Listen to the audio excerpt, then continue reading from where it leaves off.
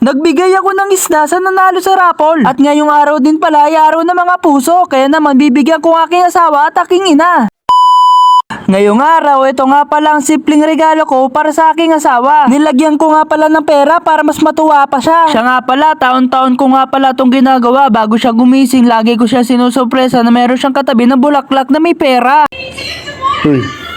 Uy. Happy Valentine's. Ito, may regalo sa'yo. Ang ganda mong pag natutulog ah.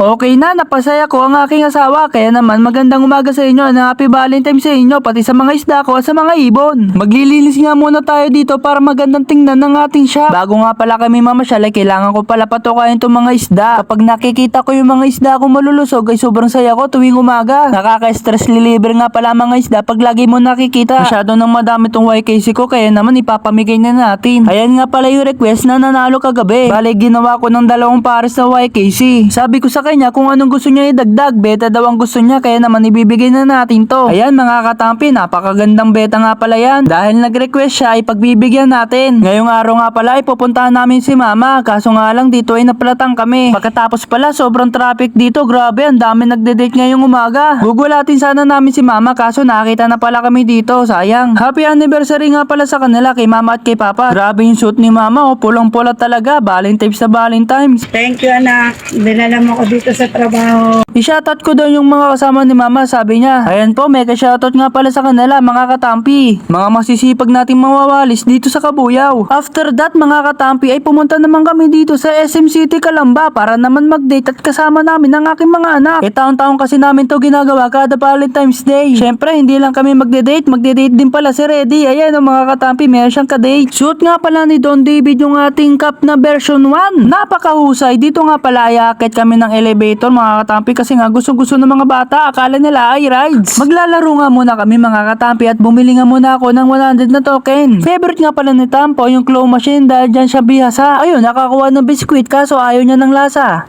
Sure. Papa, comments mo daw. Nakalayo na. Nakalayo na. Ano, tali. Si Dog. Si Dog, nakawala si Dog. Dog, bilis.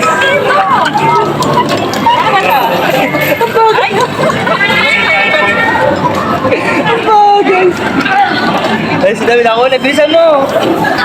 After nga pala nilang maglaro ay pumili na sila ng mga gusto nilang chocolate. Tapos ito naman si Tapo ay turo ng turo kaya naman ito ang aking ginawa. Ay, di binibenta yan. Oo. Display lang yan, di binibenta yan. Oh, display, basahin mo. Display. Huwag ka bibili na display yan.